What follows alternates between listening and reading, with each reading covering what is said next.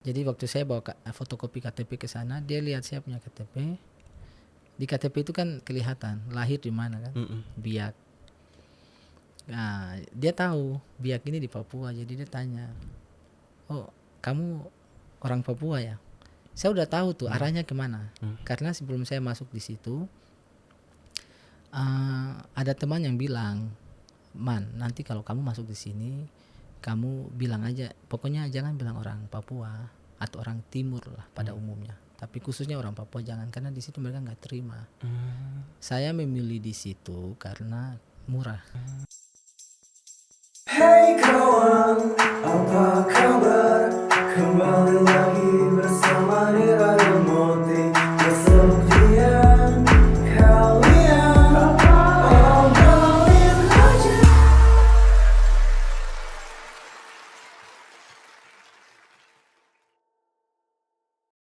Halo Sobat Nadir, balik lagi ke Nadir Podcast bersama gue Moti. Di podcast ini kita akan membahas tentang pengalaman loneliness dan juga lowest point dari para narasumber yang udah hadir. Kali ini kita udah kedatangan narasumber yang menarik banget nih ceritanya. Langsung aja kita sambut, ini dia Kak Arman Wakum. Halo Kak, apa kabar nih Kak? Baik. Sebelumnya thank you ya udah mau hadir ke Nadir Podcast. Buat ini yang kedua kalinya ya. Iya. Dulu udah sempet. Nah Sobat Nadir, Kak Arman ini dulu udah sempat juga jadi narasumber di Nadir Podcast. Itu pas masih awal-awal banget ya. Iya. Dulu itu ngebahas tentang kalau nggak salah ngerantau.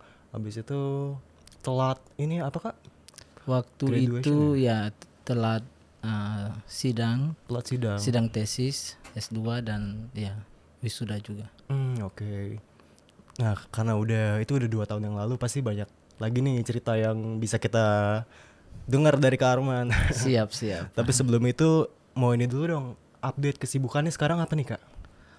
Oh iya. Masih sama kan? Iya, saya setelah waktu itu saya ya mungkin juga Nadir Podcast ini membawa berkah ya, membawa berkat. Karena setelah itu yang sesi yang pertama itu, beberapa saat setelah itu saya bisa sidang. Oke. Saya bisa sidang lalu wisuda, lalu saat ini saya mengajar. Mengajar. Ya, mengajar di Fakultas Ilmu Sosial Ilmu Politik di UKI, di Universitas Kristen Indonesia, ya prodi Ilmu Politik. Oke. Sejak saat itu tuh? Ya 2022 lah. Oh sampai sekarang? Sampai sekarang ya. Wah udah 2 tahun ngajar nih. 2 tahun. Selain itu kesibukannya apa lagi nih Kak? Kesibukan selain itu ya kebetulan karena saya perantau dari Papua, saya banyak juga terlibat aktif di beberapa kegiatan-kegiatan Sosial. mahasiswa ya, sosial, budaya, teman-teman komunitas Papua di Jakarta. Kak Arman ini Papuanya dari Papua mana nih Kak kalau boleh tahu? Oh ya, saya dari Biak. Oh Biak. Ya, Oke. Papa Mama Biak, merantau ke Jakarta sejak 2010. Oh sejak 2010? Iya. Wah udah 14 tahun ya sampai sekarang. Iya, 14 tahun. Alasannya tuh apa Kak awalnya? Gimana ceritanya sampai ngerantau? Oh iya, awalnya saya datang ke sini untuk kuliah. Untuk Tentunya, kuliah, oke. ya, tentunya untuk kuliah. Lalu akhirnya ya nyaman dan keterusan sampai sekarang. Nyaman ya. Nah, Kuliahnya tuh di mana Kak awalnya? saya S1-nya di UKI. Di UKI. Oh UKI Ya, juga. di UKI di Cawang, Jakarta Timur. Lalu selesainya 2015.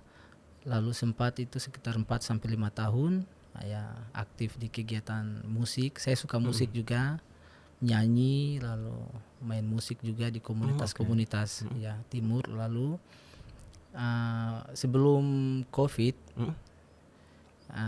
saya pikir kayaknya harus lanjut S2 karena waktu itu ya bersamaan dengan menjelang Covid di 2020 awal itu kan banyak kafe, banyak hotel mulai sepi ya. Iya, dan tidak bisa banyak kegiatan lagi. Akhirnya ya lanjut S2. Waktu itu kuliahnya lebih banyak online kan. Betul. Jadi lebih bisa dilakukan. Kegiatan-kegiatan outdoor itu kan sudah sama sekali nggak Nggak bisa. ada ya. Ya, makanya langsung lanjut S2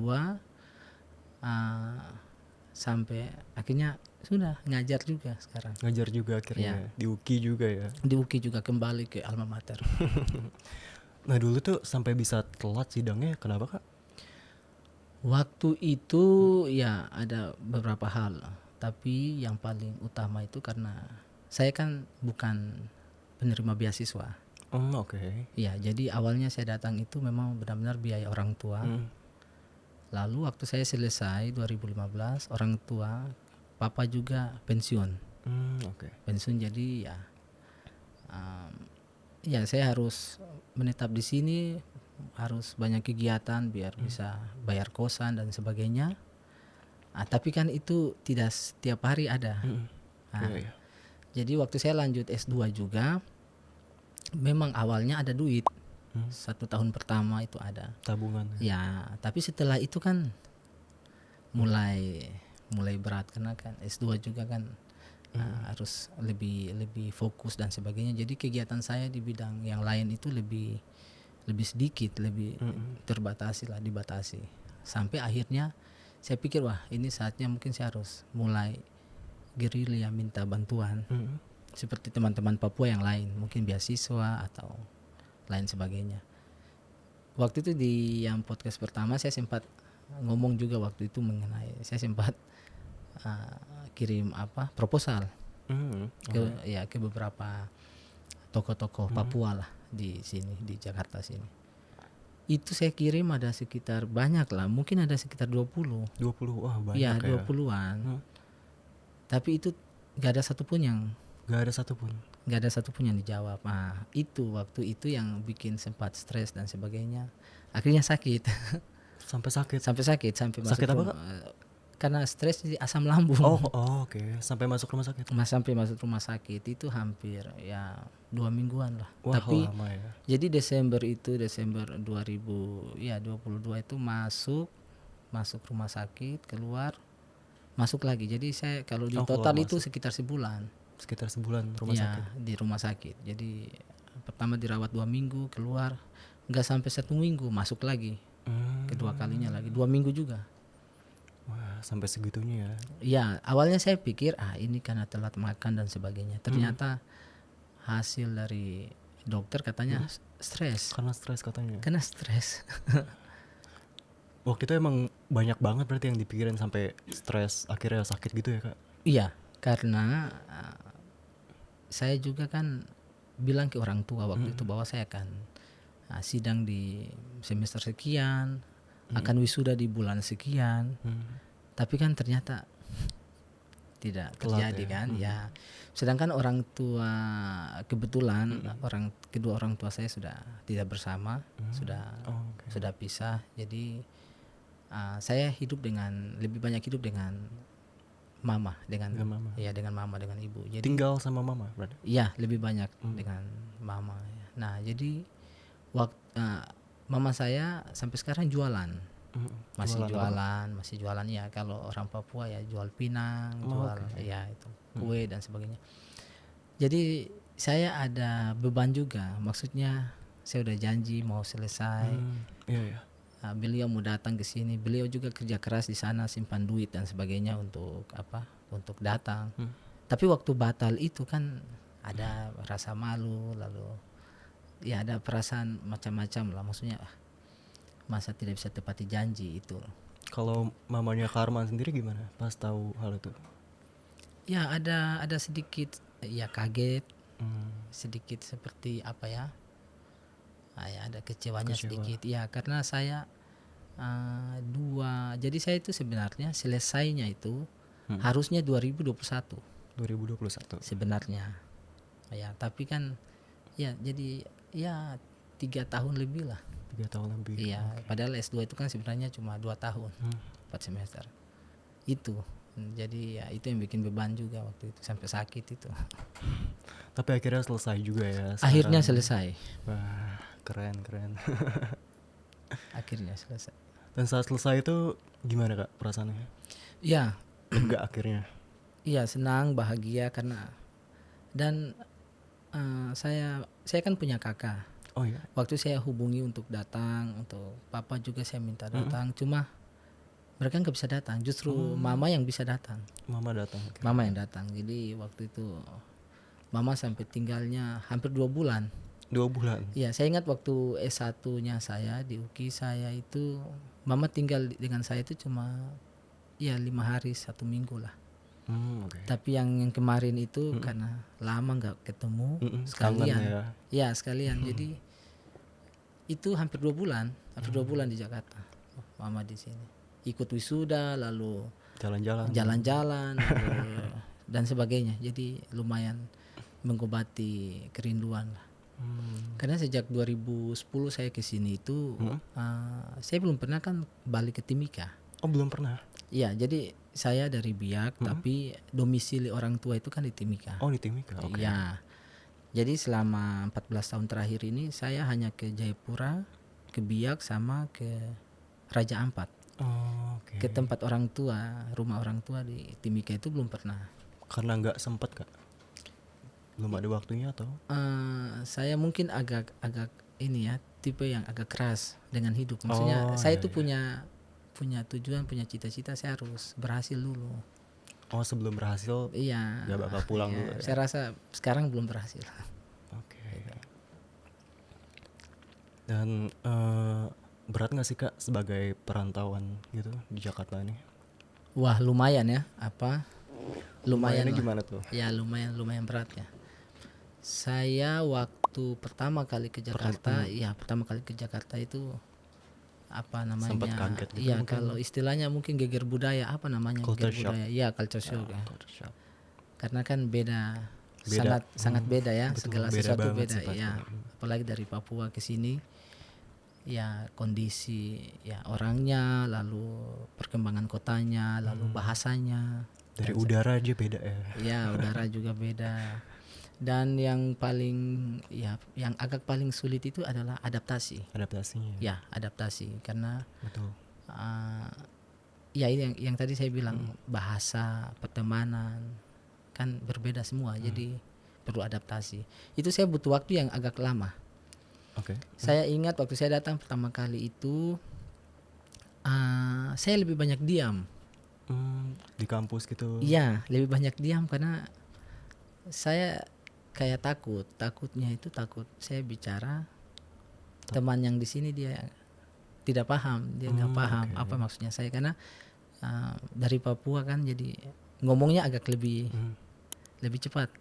Lebih cepat. Lalu istilah-istilah bahasa Indonesianya itu disingkat-singkat. Oh, oke. Ya, jadi saya pernah coba awal-awal, saya ingat itu ada teman yang hah kamu ngomong apa, ya, kayak gitulah. Ya, terus ada teman yang sudah lama, dia bilang, "Man, kalau ngomong dengan teman-teman di sini harus lebih slow, lalu jangan disingkat-singkat istilahnya dan sebagainya." Kayak gitulah itu. Lalu yang berikutnya itu yang butuh ini juga adaptasi adalah ini apa namanya? Ketika kita nyari kos-kosan, tempat tinggal. Kos-kosan? Ya. Kenapa? Itu juga agak sulit tuh. Saya yang paling terbaru ya, saya cerita paling terbaru. Kosan saya yang saat ini saya tinggal di daerah Jakarta Timur itu, saya sampai harus dalam tanda kutip ya berbohong. Bohong gimana, Kak? Ya, waktu ditanyain dari mana oleh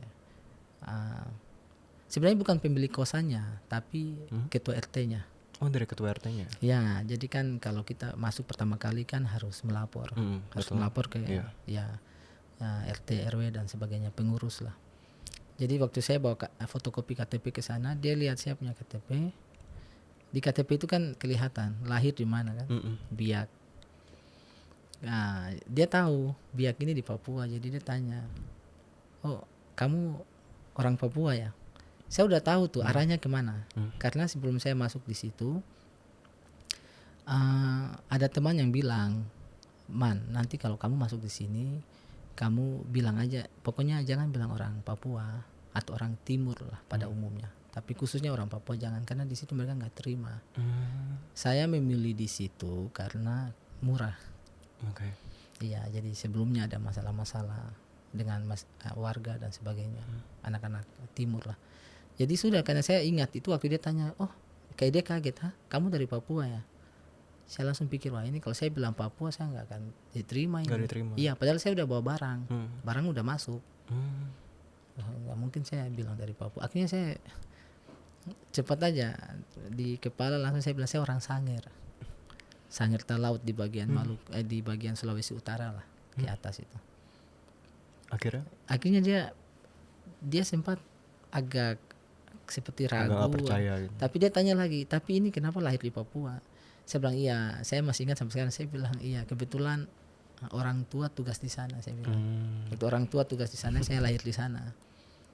Oh iya, tapi bukan orang Papua kan? Bukan orang Papua, bukan orang NTT, bukan. Ya sudah, Diterima akhirnya. diterima sampai sekarang. Saya udah 2 tahun di situ. Tapi sampai segitunya di situ ya, nggak menerima orang Papua. Iya, saya awalnya itu sebelumnya saya mikir bahwa saya kan orang Biak, maksudnya kebetulan mama juga kulit agak terang, agak putih, jadi saya pikir saya kemana-mana di Jakarta akan lolos, maksudnya lolos dalam tanda kutip, saya tidak akan sulit Iya. kalau mau nyari kos-kosan dan sebagainya. Ternyata yang ibaratnya yang sudah seperti begini nggak kelihatan dalam tanda kutip, yang keriting lalu hitam, ternyata sulit juga. Sulit juga ya. Iya, ternyata masih agak ya stigma atau apapun itulah. Ternyata sulit juga. Jadi yang tampang saya kayak gini aja masih kena, masih dicurigai dan sebagainya. Dan itu apakah sering Kak Arman ngalamin stigma gitu, diskriminasi dari orang-orang di sini? Saya sampai sekarang puji Tuhan saya tidak terlalu, tapi tapi selalu ada saja. Tapi hal-hal begitu kan kebanyakan menimpa teman-teman yang lain. Teman-teman yang lain tuh biasanya sulit lah. Jadi akhirnya mereka lebih harus survive daripada saya. Tapi itu kos-kosan, lalu yang pernah saya rasakan kos-kosan satu. Kedua soal bahasa. Ya mungkin juga bahasa ini kan kalau kita dari daerah itu kan, khususnya orang-orang yang kami dari Papua itu kan, bahasa itu kan khas. Jadi betul. Agak sulit, apalagi kami sudah selesai SMA, sudah dalam tanda kutip dewasa di Papua, lalu datang kan untuk berbicara mengubah dengan gitu ya. mengubah itu kan bukan gampang. Hal yang mudah ya. Iya. Apalagi tinggal dengan sesama komunitas dan sebagainya. Jadi itu butuh waktu. Saya sampai sekarang juga saya punya logat ini belum terlalu hilang. Logat Papua masih bisa kedengaran bahwa ini orang Papua. Ya itu bentuk-bentuk apa survive sebagai perantau ya dari Papua. Nah, waktunya tuh berapa lama sih Kak kalau boleh tahu sampai bisa nyaman gitu sama lingkungan yang ada dari sini? Lumayan lama ya. Saya butuh. Jadi waktu saya kuliah itu belum bisa dikatakan saya nyaman waktu itu. Belum bisa. Jadi yang benar-benar saya mulai merasa oh ya, saya sudah mulai bisa jalani kehidupan di Jakarta itu waktu setelah saya gabung di komunitas musik, setelah saya wisuda S1. Jadi setelah wisuda. Iya, setelah wisuda S1. Jadi itu mungkin bisa dikatakan mungkin 7-8 tahun ya. Wow, lama banget ya. Iya, itu lumayan lama. Jadi 2017, 18 itu baru saya mulai bisa oh iya. Kayak gitu. Dan selama itu 7 sampai 8 tahun itu rasanya berat enggak sih Kak? Karena ya harus adaptasi terus. Pastinya berat ya, karena bukan hanya harus adaptasi tapi harus mencari sesuap nasi lah. Karena saya waktu selesai S1 orang tua kan minta pulang. Iya, minta saya harus balik ke Papua. Tapi kan saya mau di sini. Jadi orang tua sempat bilang, "Oke, kalau kamu mau tetap di situ berarti kamu sudah harus nyari duit sendiri. Kita bantu tapi ya sebisanya." selebihnya harus cari sendiri. Jadi untuk kos-kosan, untuk makan, untuk kalau lagi sakit atau apapun itu harus sendiri. Sampai sekarang kan? Sampai sekarang. Iya, sampai sekarang, sampai ya udah 14 tahun lebih sendiri. Itu jadi banyak perjuangan lah. Banyak banget. Sakit dalam tanda kutip ya, kalau masalah sempat ada berantem dikit di jalan dengan iya, kadang-kadang naik Maxim ya, ojek online dan sebagainya tidak sesuai. Pokoknya banyak lah, tapi kan harus sendiri. Semuanya sendiri, harus lebih survive, harus lebih ini. Sakit juga. Saya kalau sakit saya cenderung diam. Iya. Gak bilang siapa-siapa karena saya biasa malu. Kenapa, Kak?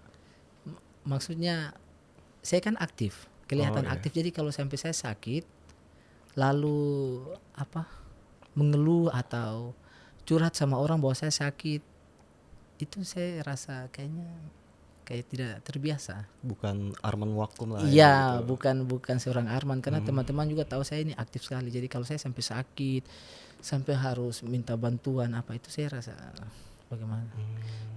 Jadi saya kadang-kala sampai benar-benar udah dalam tanda kutip rasa mau mati, itu baru saya minta bantu. Itu baru saya bisa telepon atau chat. Sebelum itu pantang.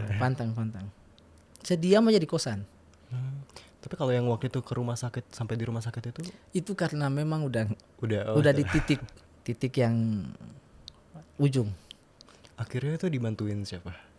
Waktu itu dibantuin ada beberapa teman Papua juga. Dari komunitas gitu. Dari komunitas juga, terus ada satu orang yang kalau kita di komunitas Papua di Jakarta Timur itu sangat dikenal, itu biasa kita bilang Ibu Anti.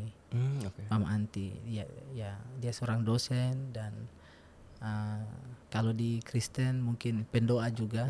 Ya, beliau yang sering membantu kami anak-anak Papua. Jadi beliau itu ya seperti malaikat lah. Jadi kita selalu minta bantu kepada beliau ketika sudah ujung, sudah nggak ada yang bisa menolong kita ya. Ke dia. Ya, ke dia. Waktu itu karena asam lambung tinggi banget, jadi memang saya awalnya muntah dan sebagainya. Awalnya saya bisa tahan. Tapi setelah 2-3 hari makin parah. Nggak bisa, harus ke rumah sakit. Akhirnya itu hubungi beliau. Gitu. Sampai sekarang masih itu kah aktif di komunitasnya? Masih aktif. Masih aktif tapi tidak sesering dulu. Iya, karena sekarang kan mengajar juga. Jadi kalau lagi butuh bantuan atau beliau lagi butuh bantuan baru hubungi dan kita ketemu. Kemarin baru aja kami ketemu kemarin. Oh, baru ketemu. Iya, setelah berapa lama ya nggak ketemu. Dari terakhir kali ketemu itu bulan agak lama tuh, bulan Mei atau Juni. Oh, lama ya, lumayan. Iya. Barusan kemarin baru ketemu di acara Papua juga. Acara? Ya, acara Papua. Kalau ini komunitas musiknya tuh itu di mana pertama kali ketemunya? Oh, di waktu saya di kampus ada beberapa teman-teman juga yang suka musik. Oh, jadi emang teman-teman kampus? Ya, sesama teman dari timur. Jadi ada teman dari Maluku, ada teman dari NTT. Saya dari Papua, ada satu teman dari Papua juga, lalu ada satu dari Manado. Oh, Manado ya. Oke. Akhirnya kita suka nyanyi semua, akhirnya bentuk grup musik. Waktu itu ada grup musik dan aktif di kegiatan-kegiatan kampus sampai akhirnya bisa nyanyi di luar juga. Di kafe-kafe gitu. Iya, dan itu agak sedikit menolong. Karena kan maksudnya ya lumayan lah, hanya untuk sekedar uang pulsa atau uang makan, uang kos-kosan, lumayan aman lah. Itu karena kan merantau semua dan yang tadi saya bilang bukan penerima beasiswa bantuan, jadi memang harus kerja keras lah. Nah, musik itu musik apa Kak? Kalau tahu daerah Kak? Iya, musik lagu berbahasa daerah. Wah, keren dong. Ya, lagu berbahasa daerah. Jadi komunitas timur lah, jadi Papua, Maluku, NTT. Lagu-lagunya ada yang di aransemen. jarang loh kayaknya anak kampus gitu ya yang misalnya hobi musik bawainnya musik daerah gitu. Iya jarang karena biasanya kalau sampai di Jakarta kan maunya Iya. ya lebih yang modern, lebih yang gaul lah. yang ya mungkin ya sejenisnya lah.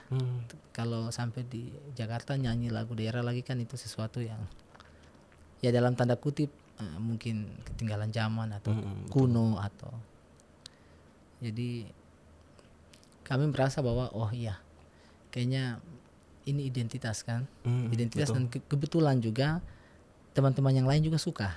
Oh banyak juga yang suka ya. Ya kalau saya sendiri yang suka kan gak mungkin bisa jalan juga kita menyanyi lagu itu. Dan itu sampai sekarang masih sering aktif atau Sudah jarang. sudah jarang? Ya sejak saya lanjut S2 lalu ada teman yang lain, ada satu di antara kami sudah meninggal. Oh, oke. Saya lanjut S2 lalu 3 orang ini udah sibuk kerja. Jadi sudah jarang. Udah sibuk semua ya masing-masing semua. Iya. Itu. Kalau di S2 itu apakah berarti S2 itu tahun berapa ya, Kak? Saya masuk S2 itu 2019. 2019. Oh, berarti Ya, itu akhir. masih agak susah kah dengan Ya lumayan lama, lumayan ya survive juga karena kan saya tidak langsung S2 waktu itu. Setelah tamat 2015 kan sempat sekitar 5 tahun kan aktif di musik. Jarang kegiatan akademis. Jadi waktu mulai S2 juga agak lumayan ini juga butuh kerja keras. aktif di musiknya itu lama juga ya? Lama ya sekitar 5 tahun. Itu 5 tahun bener-bener cuma musik aja tuh? Atau ada kesibukan lagi nggak?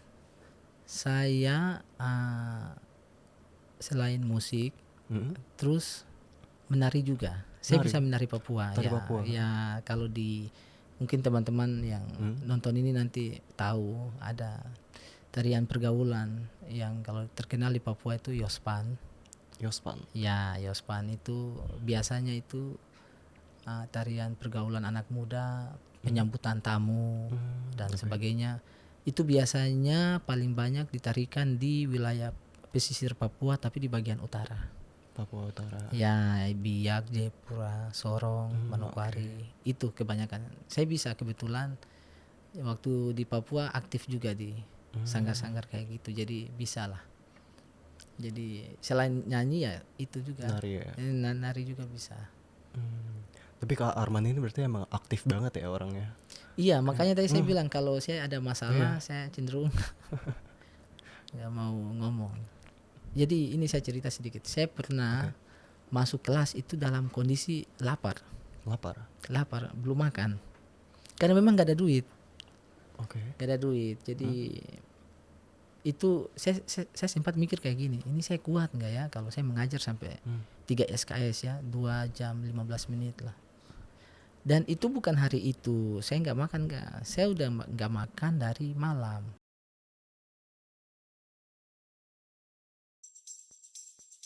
Hey kawan, apa kabar? Kembali lagi